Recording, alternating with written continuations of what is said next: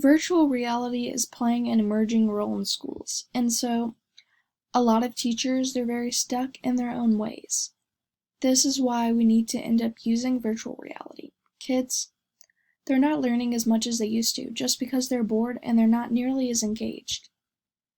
The lectures that they're using incorporate videos, and that, to most people, is enough technology to incorporate in order to justify making kids more engaged and active in the learning environment.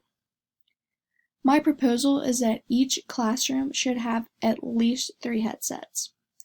I know most classes have a class size between 25 and 30 students. So 3 headsets really isn't enough, but I feel like that is just barely the minimum that is needed in classrooms today. So there's many benefits to using VR in schools and in classrooms. Not only can it help students with focusing, the retention increases, meaning that they're paying attention more. They're remembering facts much easier. They're turning their memorized information into long-term memory, and they're much more engaged. When they're physically manipulating the content, they're actually using that content in a way that helps them to learn and to remember it much better than it would if you just constantly have them do worksheets or other types of basically kind of old school methods. If we have them physically manipulate the content, whether it could be a lab or using VR technology, you're having a much higher chance of success with your students understanding the content at hand. So there are some hard concepts, particularly in really the K through 12 education. Decimals and fractions are a very abstract concept for most 4th graders. I know in the 4th grade class that I did my student teaching in, a lot of the kids really struggled with understanding decimals and fractions and how it really applies to them. We tried to use money, but then that really confused them even more.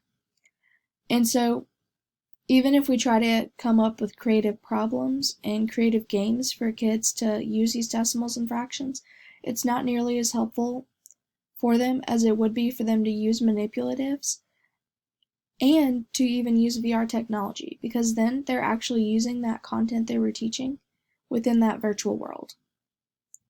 Ecosystems is also a very abstract concept, not only for 4th graders, but beyond, really. A lot of us struggle to understand, the connections between animals and plants and really their environment and how that all interacts with one another and how it all affects one another. Chemistry, physics, and anatomy are very hard concepts for most high schoolers to really understand. I know I struggled a lot, and we did labs, which really helped, but some of these concepts, it's really hard for you to do labs in, like physics. Physics, some of us really didn't understand the content, and so it was just a struggle. So I think that's when VR technology could actually be very beneficial. History is also another one. It's really hard when you haven't experienced what's been talked about to just learn it without actually being able to experience it for yourself. Some things should not be experienced. We'll just leave it at that. But yes. So the little picture up there, that's of the ecosystem. I think the ecosystem is really a brilliant one to use for VR technologies, because kids could walk around the environment and they could look at what's around the particular environment they're exploring. They'd be able to see all the little bugs and critters and creatures. They'd get to see the types of trees and plants and how all of it interacts with one another to create that sustainable environment for all that are living in there. Now, there are a variant of VR headsets. I only chose a few because these are like the 5 main ones that Slag mentions, which we'll actually, He's actually mentioned in my works cited, but he's actually where I got a lot of my ideas. These 5 main headsets, we have the Oculus Quest, the Google Daydream View, the Google Cardboard, the Oculus Go, and the HTC Vive. So most of these are standalone. The Oculus Quest, the Google Daydream View, and the Oculus Go, they're all standalone. Standalone means that they do not need any other type of software other than themselves to operate. So that's actually a pretty cool thing. Now, the Google Cardboard needs a phone, but for $8, I think most of us would have a phone to use with it. And the HTC Vive does need a PC, so this might not be the most suitable in a school setting, but I think it would be very beneficial to use maybe, especially in labs, because all labs would have some type of PC to use within it, or even, technology labs would be a good one, but chemistry labs, physics labs, all of those would have at least one computer in them. So, I think, based on the type of technology that is used within them, the Oculus Quest, the Oculus Go, and the HTC Vive would be best for middle school ages and up, just because there's a lot of settings and controls that elementary students might have a hard concept of wrapping around. The Google Cardboard would be a very, very good one for elementary school because it's $8, so it's not that expensive. There wouldn't be as much of a worry of students breaking it, considering it's really just a lens with cardboard wrapped around it. And all you do is you put a phone in it and it securely holds it in place. You'll just have to make sure your kids aren't going to tilt their heads and stuff because the phone could possibly slip out. The Google Daydream View has been discontinued, but it's only $80, so it's not nearly as expensive as the others mentioned over here. So,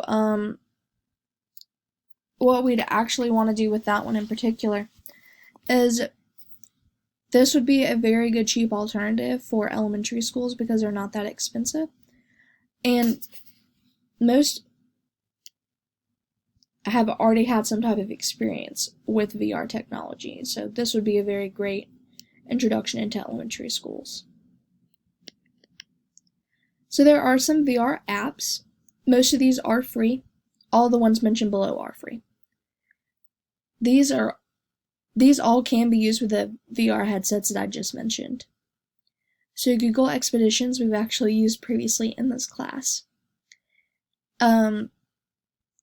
And Google Expeditions is basically a virtual field trip. So students can not only experience, the field trip and walk around, but they can read and hear narrations read out loud to them about the particular places they're visiting.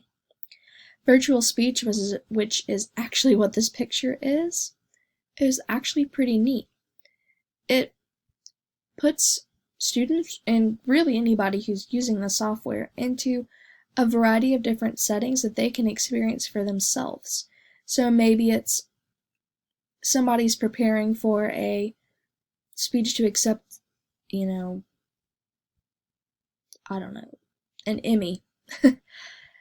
So they would put them in a situation for that, and they would be able to practice their speech, and it gives them all types of analytical software of analyzing their speech, how fast they're talking, their eye contact, if they're looking from the left side of the room to the right side as often, things like that. To just, help them become a better speaker. So this actually would work really well for some kids who are very nervous to talk out loud in class. You could maybe let them use this software and kind of ease them into being able to talk to bigger and bigger groups. Within the classroom, obviously, there won't be that many people. As compared to, like I just said, an Emmy. The Arts and Culture VR apps is another museum and exhibits, tour. And so they can explore all types of exhibits and exploratoriums that have people that have already recorded them and narrated them. So students can walk through them themselves at their own pace and own leisure. The New York Times VR app goes through the types of news, and it can go through some historical events as well, so that's pretty cool. Uses. So some of the uses for these, you could use them in labs, you can use them for virtual field trips, for future professional practices, you can use them for educational games and exploring the world around them. So for the labs, you actually could have them, cut up a frog. We actually did that in one of my science classes. We actually dissected a frog to remove the organs and, look a little bit more into it. So that was pretty cool. You can also use it for virtual field trips or future professional practices. I know a lot of us are a little worried about making mistakes in our future professions. At least I am. So it'd be kind of nice to be able to experience particular scenarios that I might be put in and how I could appropriately respond to those situations without, making a mistake in real life and having real life repercussions. There's a lot of educational games. Kids can try to figure out how to get from one side of a bridge to another when there is no bridge. There's actually a game called Poly Bridge, I know, where you can build a bridge and it's this kind of destination, and you're having to use problem-solving skills to determine how long to make the bridge, how tall to make the bridge, what types of material, things like that. Some underlying things that teachers use it for are the development of collaboration and problem-solving skills. When kids are working together with one another and they're trying to find ways to solve a problem, they're actually ended up working on collaborating. These skills are things that employers are looking for in future employees of theirs. And as this young man over here he has his hands pointed in front of his face. That's because some of the VR equipment doesn't even need a controller like the one above.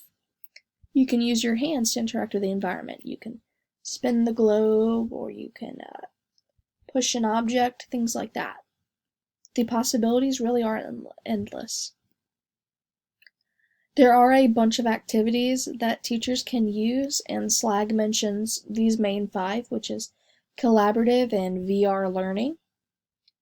So, as I just said, that's basically when you're having students work together to solve a problem, or they could be working together to understand the content. So that also deals with some communication. They're obviously finding some way of being able to talk to one another in order to work together. Sometimes there are narratives, so you can, play through the role of someone, and actually you get to interact with a story, and your choices can actually change the outcomes of the story, so that's pretty cool. There are puzzles, so maybe you're trying to, get to the end to save a princess, and along the way there's multiple puzzles and difficult things that you have to solve on the way in order to get to the princess. So there's all kinds of things like that. There's also mindfulness. That's actually a really beneficial way because a lot of people are stressed. There's constantly people that are stressed within the environment.